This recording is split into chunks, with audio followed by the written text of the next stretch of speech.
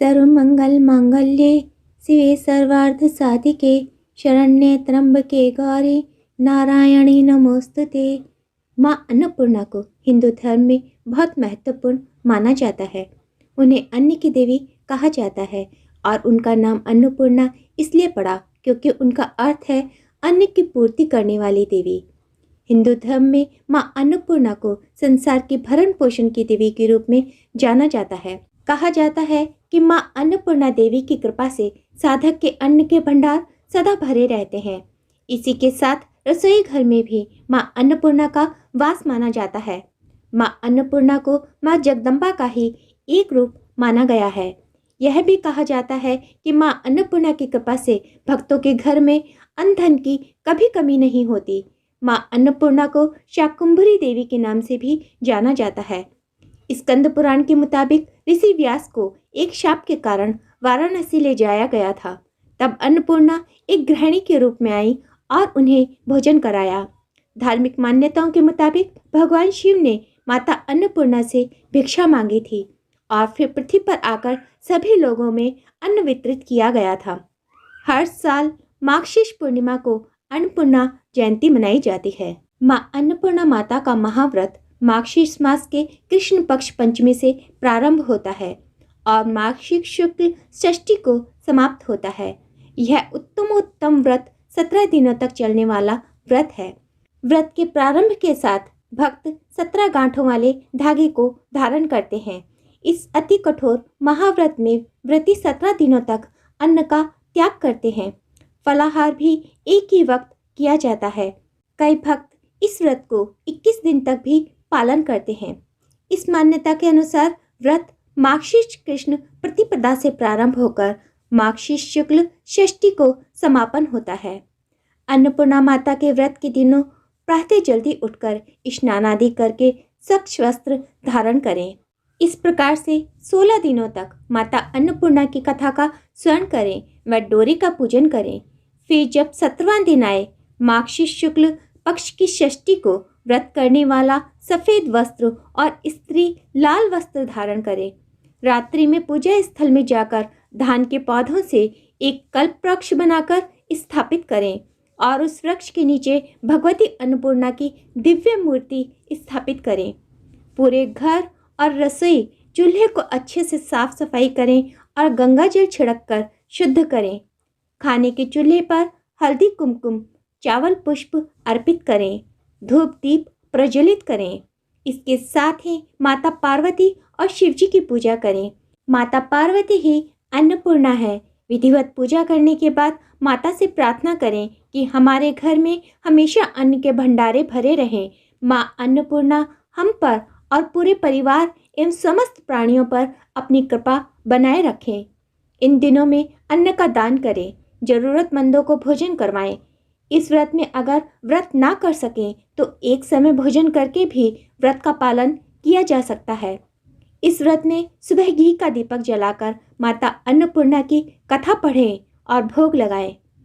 अन्नपूर्णे सदा पूर्णे शंकर प्राण वल्लभे ज्ञान वैराग्य सिद्ध्यर्थे भिक्षाम देहि च पार्वती। माता च पार्वती देवी पिता देवो महेश्वरः बांधवा शिव भक्ताश्च स्वदेशो भुवनत्रयम्। अर्थात हे माता अन्नपूर्णा, आप सदैव भोजन और आशीर्वाद से पूर्ण रहती हैं। आप शंकर की प्रिय हैं। हे माता पार्वती, कृपया मुझे अपनी कृपा का दान दीजिए जिससे मेरे भीतर आध्यात्मिक ज्ञान और वैराग्य जागृत हो तथा सभी सांसारिक इच्छाओं वैराग्य से मुझे मुक्ति प्राप्त हो। हे माता अन्नपूर्णा, मेरी माता देवी पार्वती और मेरे पिता देव महेश्वर को नमस्कार है। मेरे मित्र भगवान शिव के भक्त हैं और मेरा निवास तीनों लोकों में है जिनके स्वामी शिव पार्वती के अलावा कोई और नहीं है।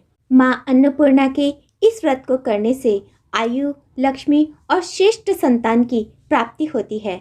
अन्नपूर्णा व्रत के प्रभाव से पुरुष को पुत्र, पौत्र तथा धन आदि का वियोग कभी नहीं होता।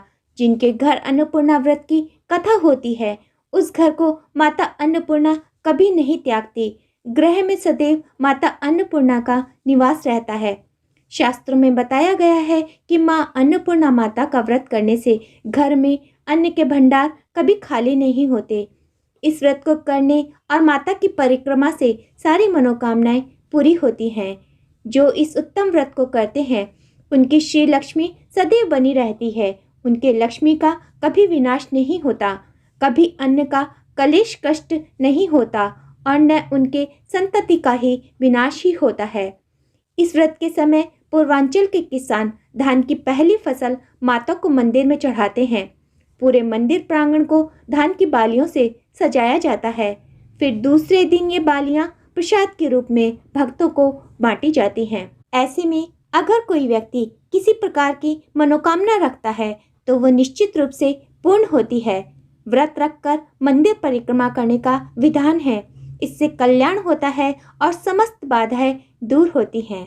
माँ अन्नपूर्णा का यह व्रत अन्नपूर्णा व्रत की कथा के बिना पूर्ण नहीं माना जाता। जिनके घर अन्नपूर्णा व्रत की कथा होती है उस घर को माता अन्नपूर्णा कभी नहीं त्यागती। उस घर में सदैव माता अन्नपूर्णा का निवास रहता है। एक समय की बात है, काशी निवासी धनंजय की पत्नी का नाम सुलक्षणा था। उससे अन्य सब सुख प्राप्त थे, केवल निर्धनता ही उसके दुख का एकमात्र कारण थी। यह दुख उसे हर समय सताता रहता था। एक दिन सुलक्षणा पति से बोली, स्वामी आप कुछ व्यापार करो तो काम चले, इस प्रकार कब तक काम चलेगा। सुलक्षणा की बात धनंजय के मन में बैठ गई और वह उसी दिन विश्वनाथ शंकर जी को प्रसन्न करने के लिए बैठ गया और कहने लगा, हे देवादिदेव विश्वेश्वर, मुझे पूजा पाठ कुछ नहीं आता, केवल आपके भरोसे बैठा हूँ। इतनी विनती करके वह 2-3 दिन भूखा प्यासा बैठा रहा। यह देखकर भगवान शंकर ने उसके कान में अन्नपूर्णा अन्नपूर्णा अन्नपूर्णा इस प्रकार 3 बार कहा। यह कौन क्या कह गया, इसी सोच में धनंजय पड़ गया कि मंदिर से आते ब्राह्मणों को देखकर पूछने लगा, पंडित जी अन्नपूर्णा कौन है। इस पर ब्राह्मणों ने कहा, तू अन्न छोड़ बैठ गया है, सो तुझे अन्न की ही बात सूझती है, जा घर जाकर अन्न ग्रहण कर। धनंजय घर गया, स्त्री से सारी बात कही। वह बोली, नाथ चिंता मत करो, स्वयं शंकर जी ने यह मंत्र दिया है, वे स्वयं ही खुलासा करेंगे, आप फिर जाकर उनकी आराधना करो।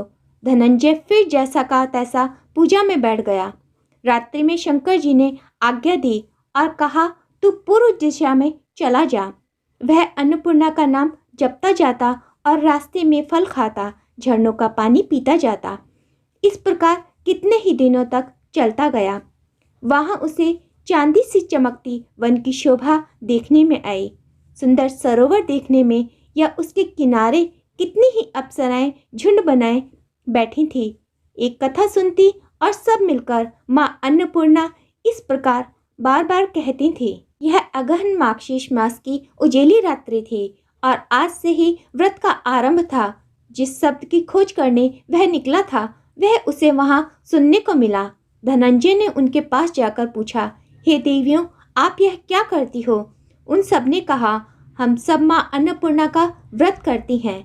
धनंजय ने पूछा, व्रत पूजा करने से क्या होता है, यह किसी ने किया भी है, इसे कब किया जाए, कैसा व्रत है और इसकी कैसी विधि है, मुझसे भी विस्तार से बतलाओ। वे कहने लगी, इस व्रत को सब कोई कर सकते हैं। 21 दिन तक के लिए 21 गांठ का सूत लेना चाहिए। 21 दिन यदि न बने तो एक दिन उपवास करें। यह भी न बने तो केवल कथा सुनकर प्रसाद लें। निराहार रहकर कथा कहें।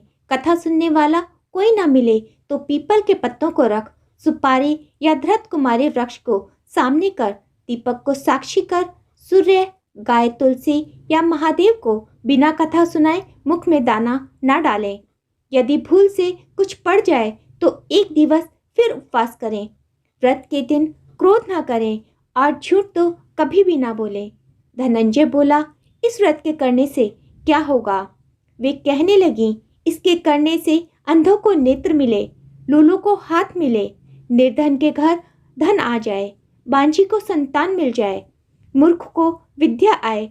जो जिस कामना से व्रत करे माँ उसकी इच्छा पूर्ण करती हैं। वह कहने लगा, बहनों मेरे पास भी धन नहीं है, विद्या नहीं है, कुछ भी तो नहीं है। मैं तो दुखिया ब्राह्मण हूँ। मुझे इस व्रत का सूद दोगी? हाँ भाई, तेरा कल्याण हो, हम तुम्हें अवश्य देंगी। ले भाई, इस व्रत का मंगलसूत्र ले। धनंजय ने व्रत किया। व्रत पूरा हुआ तभी सरोवर में से 21 खंड की स्वर्ण सीढ़ी हीरा मोती जड़ी हुई प्रकट हुई। धनंजय जय अन्नपूर्णा अन्नपूर्णा कहता जाता था। इस प्रकार कितनी ही सीढ़ियां उतर गया तो क्या देखता है कि करोड़ों सूर्यों से प्रकाशमान अन्नपूर्णा का मंदिर है। उसके सामने स्वर्ण सिंहासन पर माता अन्नपूर्णा विराजमान है। सामने भिक्षा हेतु शंकर भगवान खड़े हैं। देवांगनाएं चंवर डुलाती हैं। कितनी ही हथियार बांधे पहरा देती हैं। धनंजय दौड़कर जगदम्बा के चरणों में गिर गया। देवी उसके मन का कलेश जान गई। धनंजय कहने लगा, माता, आप तो अंतर्यामी हो, आपको अपनी दशा क्या बताऊं? माता बोली, मेरा व्रत किया है, जा संसार तेरा सत्कार करेगा। माता ने धनंजय की जिह्वा पर बीज मंत्र लिख दिया। अब तो उसके रोम रोम में विद्या प्रकट हो गई। इतने में क्या देखता है कि वह काशी विश्वनाथ के मंदिर में खड़ा है। माँ का वरदान ले धनंजय घर आया। सुलक्षणा से सब बात कही। माता जी की कृपा से उसके घर में संपत्ति उमड़ने लगी। छोटा सा घर बहुत बड़ा गिना जाने लगा। जैसे शहद के छत्ते में मक्खियां जमा होती हैं, उसी प्रकार अनेक सगे संबंधी आकर उसकी बड़ाई करने लगे। कहने लगे, इतना धन और इतना बड़ा घर, सुंदर संतान नहीं तो इस कमाई का कौन भोग करेगा? सुलक्षणा से संतान नहीं है, इसलिए तुम दूसरा विवाह करो। अनिच्छा होते हुए भी धनंजय को दूसरा विवाह करना पड़ा और सती सुलक्षणा को सौत का दुख उठाना पड़ा। इस प्रकार दिन बीतते गए। फिर अघन मास आया। नए बंधन से बंधे पति से सुलक्षणा ने कहलाया कि हम व्रत के प्रभाव से सुखी हुए हैं, इस कारण यह व्रत छोड़ना नहीं चाहिए। यह माता जी का ही प्रताप है जो हम इतने संपन्न और सुखी हैं। सुलक्षणा की बात सुन धनंजय उसके यहाँ आया और व्रत में बैठ गया। नई बहू को इस व्रत की खबर नहीं थी। वह धनंजय के आने की राह देख रही थी। दिन बीतते गए और व्रत पूर्ण होने में 3 दिवस बाकी थे कि नई बहू को खबर पड़ी। उसके मन में ईर्ष्या की ज्वाला दहकने लगी। सुलक्षणा के घर आ पहुंची और उसने वहां भगदड़ मचा दी।